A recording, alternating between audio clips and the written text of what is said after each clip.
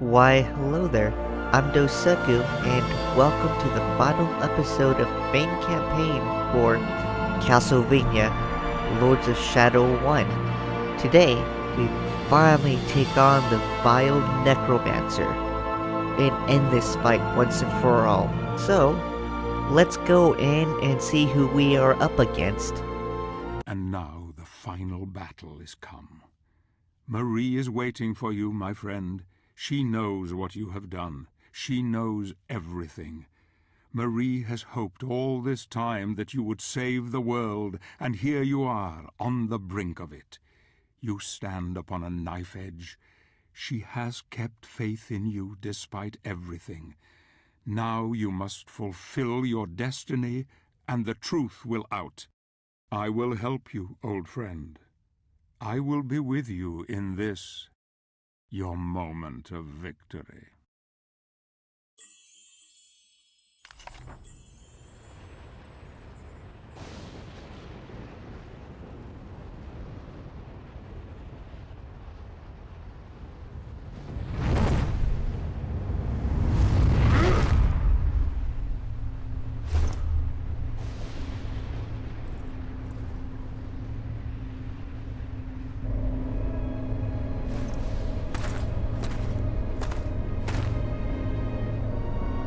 Oblivion.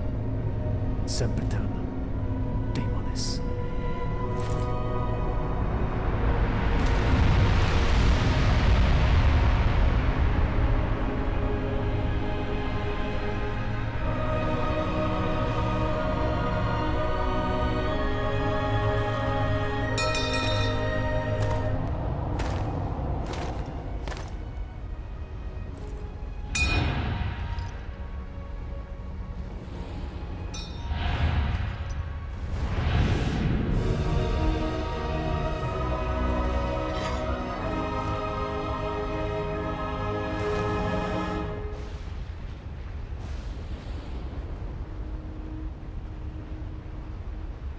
Congratulations.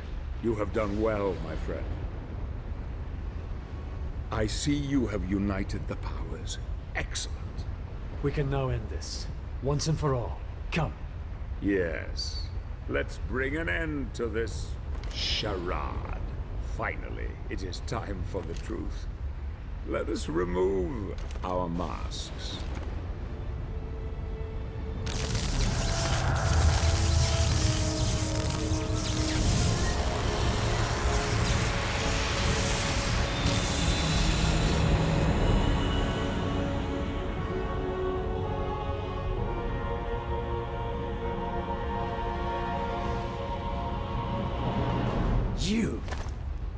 You are the Lord of the Necromancers.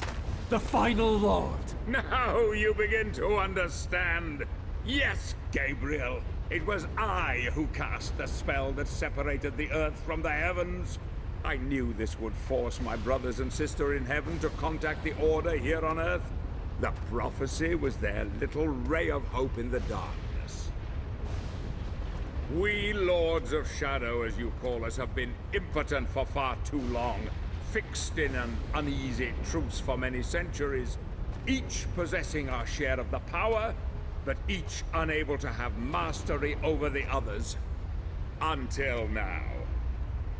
I grew so tired of these years of proliferation, a constant truce between the three of us, each unwilling to concede or cooperate with the others. They were too blind to see the potential in the power we held. If only it were combined. I desired that ultimate power and was prepared to probe the very depths of hell in search of knowledge to acquire it. I fought hordes of demons and became strong. Then a force so vast and terrible entered into me, expanding my knowledge of the dark arts until it reached unimagined heights. All I needed was someone to restore the luminous power of the spirits according to the prophecy, and you have been the perfect dupe. Of course, I couldn't arouse their suspicions that it was I who desired the power for my own. No, I used the prophecy as my cover. And you, my shining knight. I will not allow you to stand in my way, Zobek. I'm sure you won't. But you really have no say in the matter, my dear friend. I could quite easily kill you for your insolence. But fortunately, there is no need. What do you mean? The gauntlet will do it for me.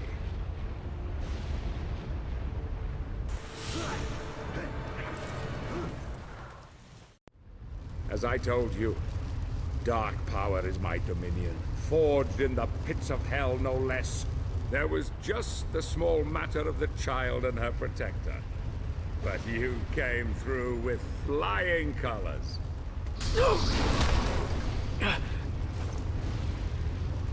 I needed your strength of will and courage to complete the quest, but I couldn't risk you becoming too powerful. I needed to control you at the end, once you had murdered them. I knew you would never be able to challenge me whilst wearing it. Poor little Claudia. Such a sweet thing. No. You have exceeded even my wildest expectations, killing and butchering your way to victory. There is a terrible darkness in you, my friend. Your burning desire to resurrect your darling Marie has blinded you to it. As you slept, I was able to influence you with this mask. But even I did not foresee the beast that lay within. It was all too easy to make you kill them. Your penchant for murder and death were insatiable. You just needed a little nudge, and off you would go in search of the one thing that could bring her back. Yes, Gabriel, now you finally understand. It was you who murdered your wife. No! You lie! Bastard! Search your soul, Gabriel. You know it to be true. I was worried she would reveal my charade to you at the lake. But it seems she had a false hope that even a killer such as you could redeem himself and save the world. Even the child, Claudia, could see her own demise at your hands. And yet she also trusted in you to the bitter end. Glorious, isn't it? God himself sees you for what you are. A cold-blooded murderer. Beyond redemption. Beyond hope.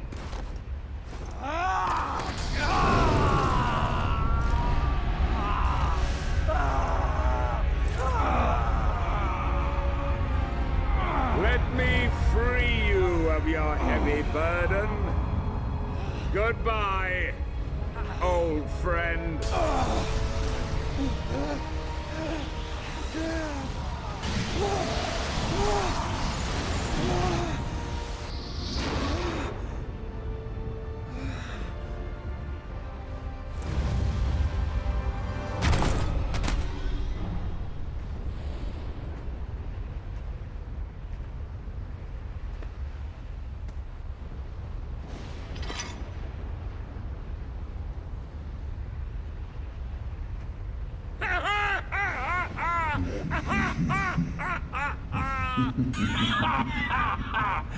Hail, mighty Zobek. Who's there?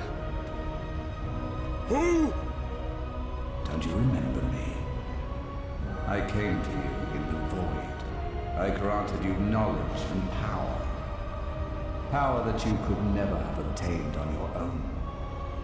Surely you haven't forgotten. In fact, I planted the idea for this whole elaborate ruse into your tiny mind in order to serve my own higher purpose. I no longer need your assistance. The power is now mine. No! No!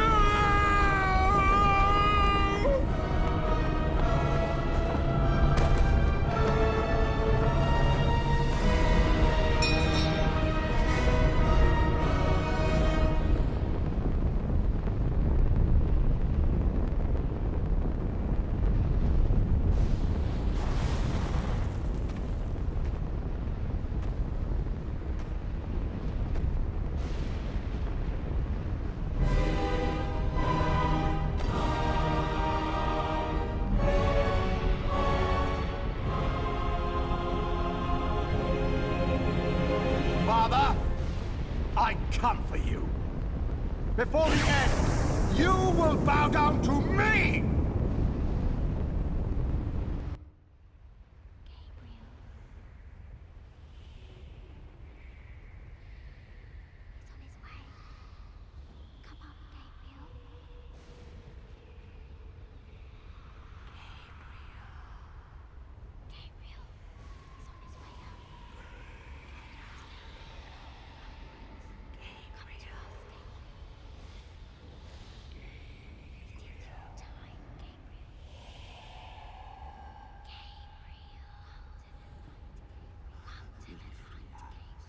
It is your time, Gabriel. Don't be afraid. Come with us. Join us. Get away from him. Don't wake him. Don't touch him! You cannot have him!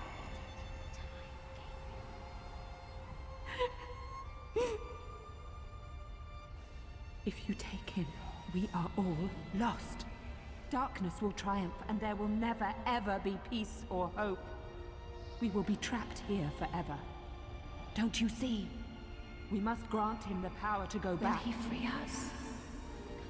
Will we see the light that was promised? I believe in him. His heart is pure. He is our last hope. Our only hope.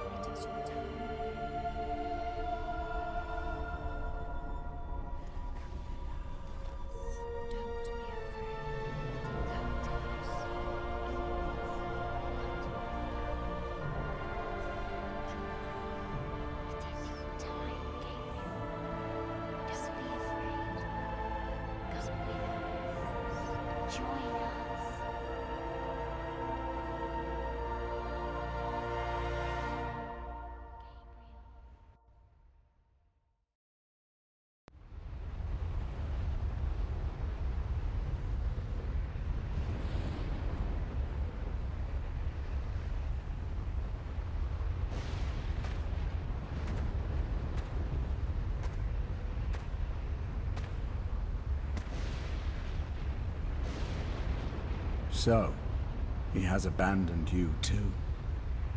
So be it. Join me. I will love you more than he.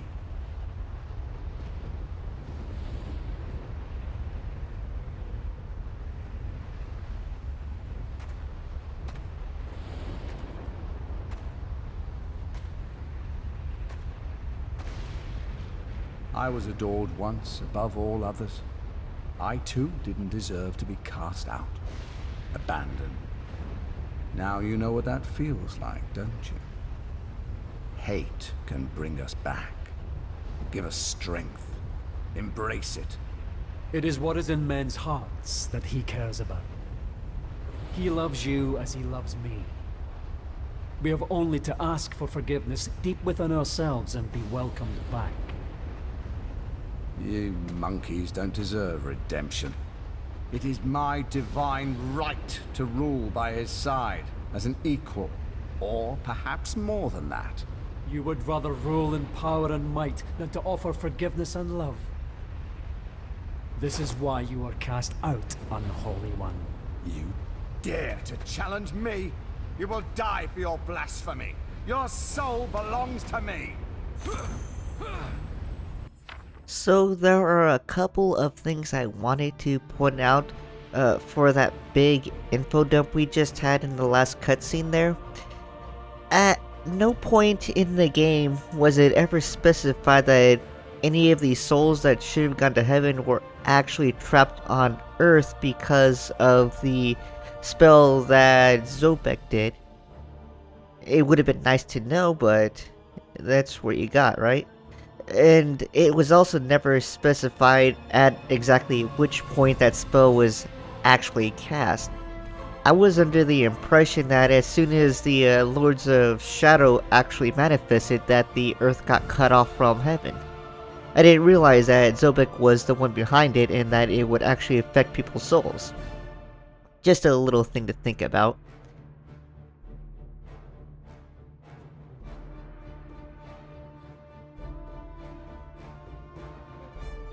But yeah, apparently Satan was the evil mastermind behind this whole mess to begin with.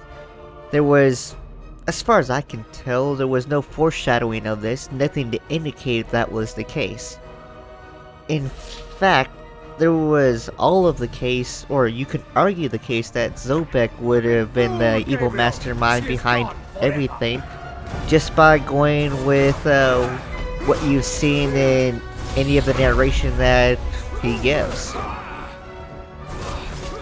So it's kind of disappointing that Satan really comes out of nowhere, and we don't even get the fight with Zobek, who's been our primary antagonist in a way.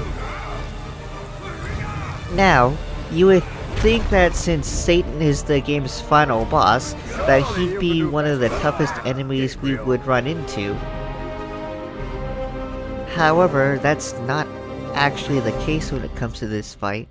In fact, it's actually kind of hard to lose this fight, as long as you know the gimmicks behind it. Essentially, Satan here is nigh invulnerable to regular hits and to most all hits, unless you're using the magic opposite of what he's using. You can see an example of that right now where we're doing very little damage to him. But we can't do anything about that right now because he wasn't using magic like he is now. So we play this out just like we did with the Pan battle. Now, one of the things you probably have noted is the fact that our HP regenerates hilariously fast.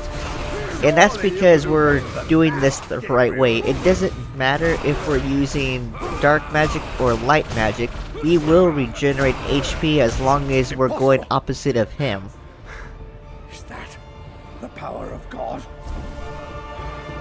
So this next part is kind of difficult. You actually have to use same color spells to get through his barriers, and they alternate.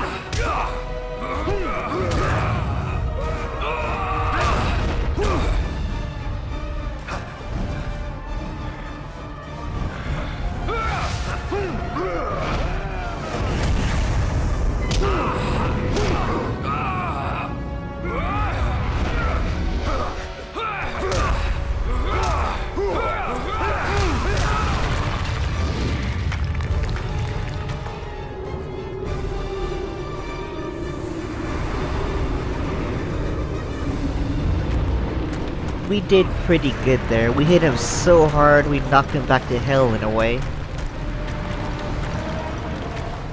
But this fight isn't over yet, and I believe we are moving on to the next phase. Nothing really changes during this next phase though. He gets a couple more attacks and that's really it. We just have to follow the same steps we did for the first phase and then we're good.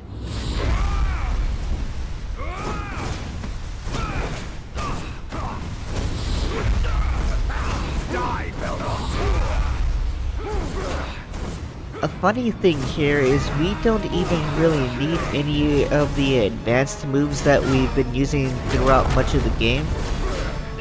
And that's mostly because we don't get enough time to do any of those.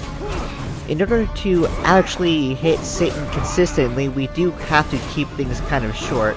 I will wipe the name of Belmont from this world forever!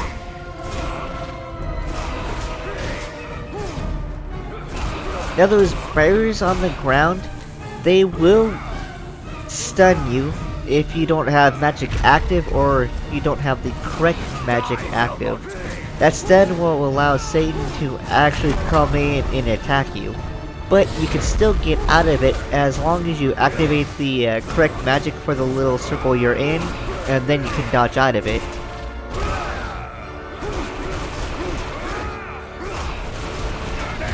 Gabriel! Oh yeah, and using the correct magic on those circles also refills your HP. So again, it's very, very hard to lose this fight.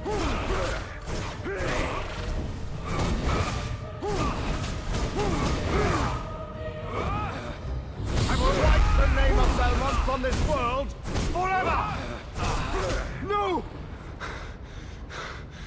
back from me.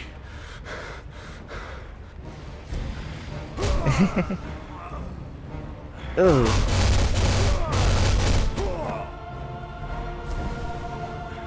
And what you saw there is what happens when you don't have the correct magic active as you try to pass through one of the barriers.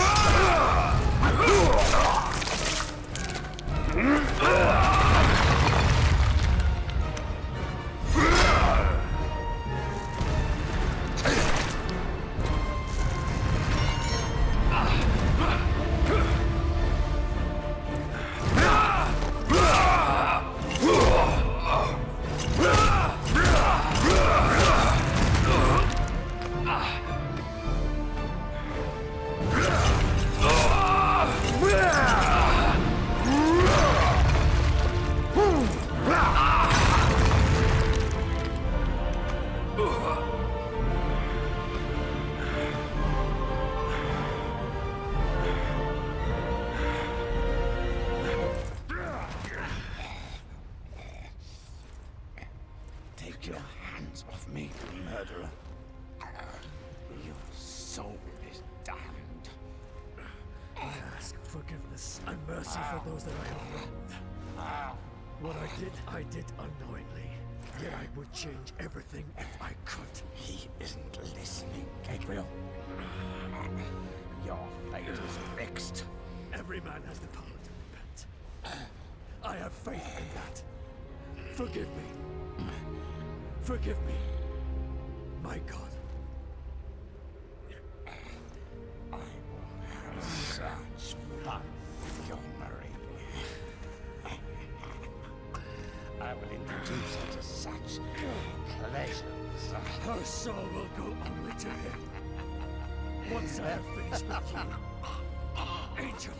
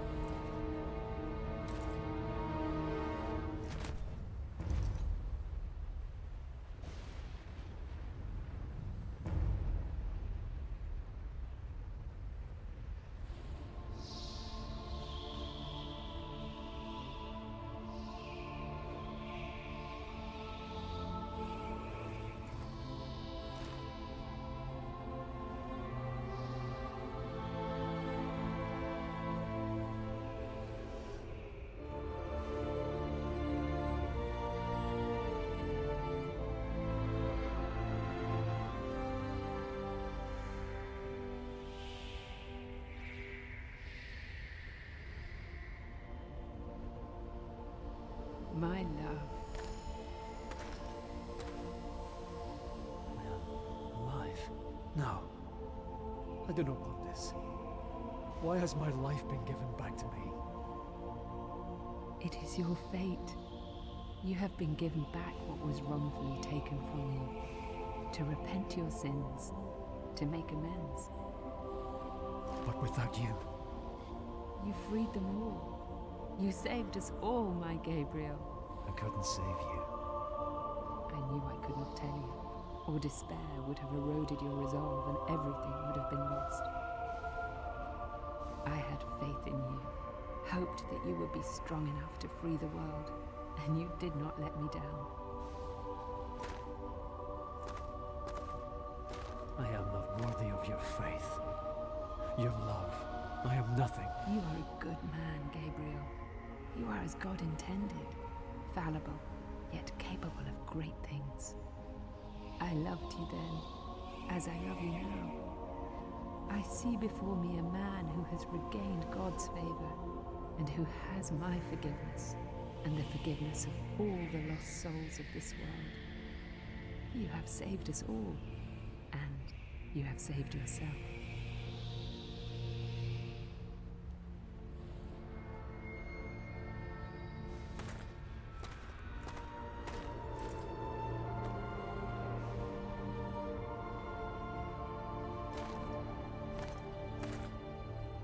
The mask is a powerful device. It allows us to see through God's eyes. Can it really bring the dead back? Yes. Look.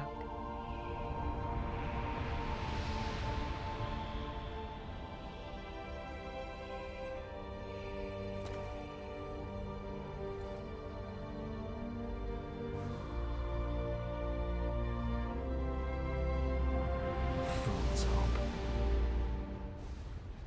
It is too late for me, my love. I cannot come back. No. No, don't go. It is my time. The light is calling. I'm not No. afraid. Please, stay. Stay with me. It's beautiful, Gabriel. So beautiful. It's calling to me. Calling. I love you, Maria. I love you. Forgive me.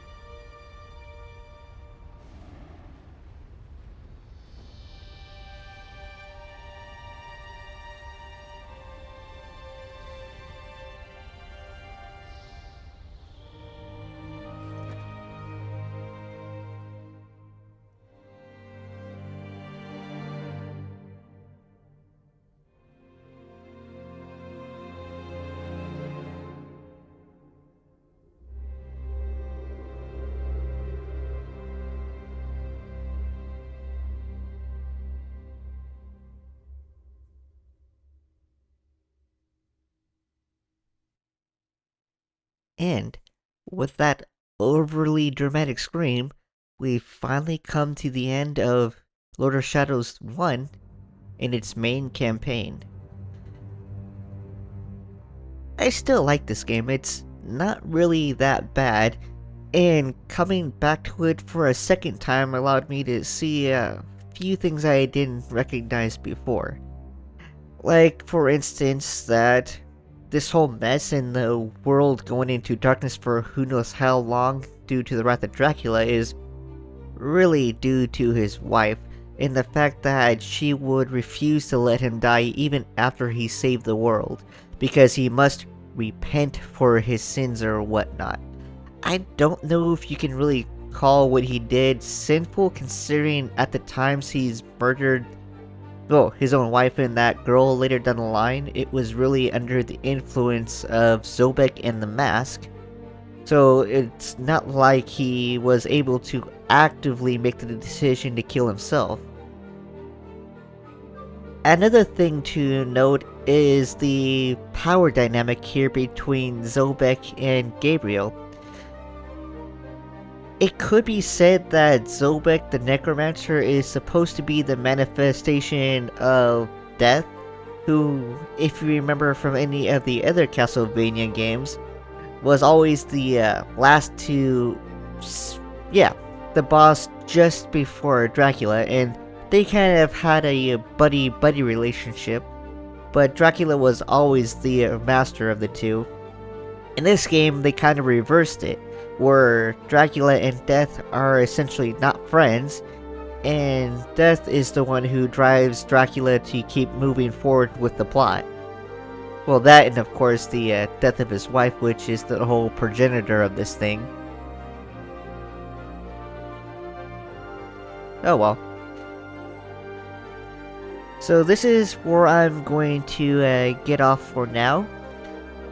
Stay tuned. At the end of the credits sequence, we actually get a post-credits cutscene. And when we come back to this game about a week or two, we'll actually start on the DLC, which bridges the gap between this game and its eventual sequel. Thanks for watching, and I'll see you later. Bye.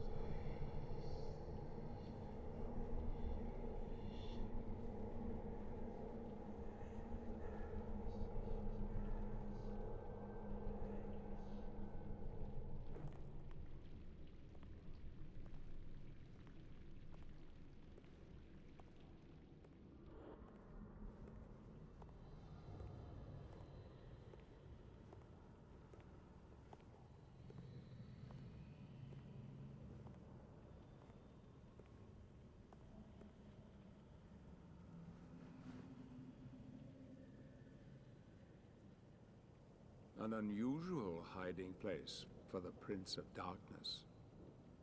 Don't you think?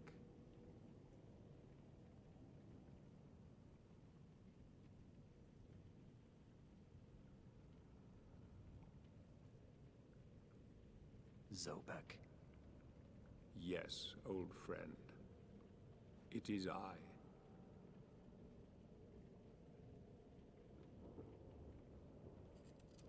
Where have you been all this time?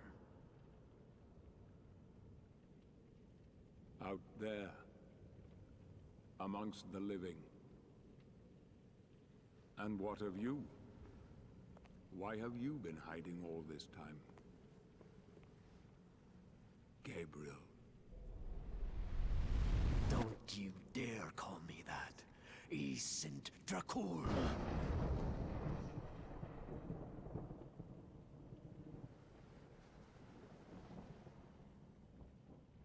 No doubt, you once were. But alas, look at you now. A mere shadow of your former self. Shadow, am I?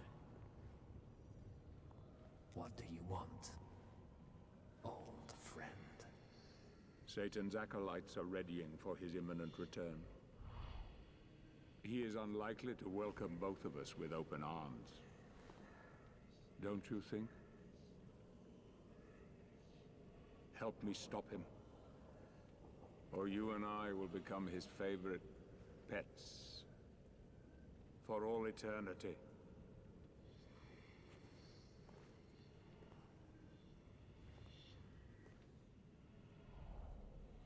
It is time to get out of this wretched tomb you have made for yourself. Stop skulking in the shadows. Don't you care that he will enslave you?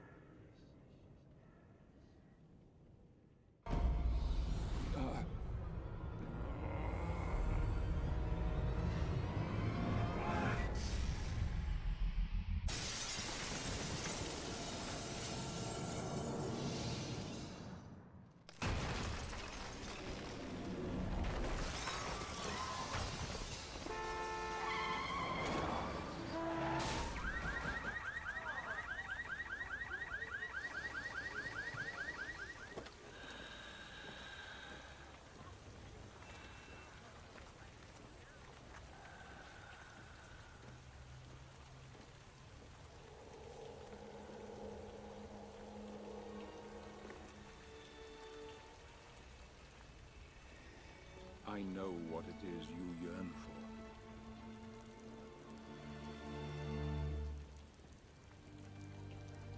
I cannot die. Yet. I cannot live.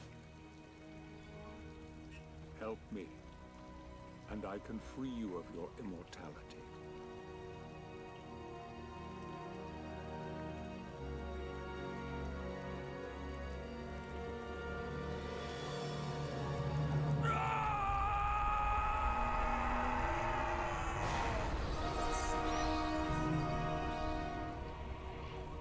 Soon, old friend.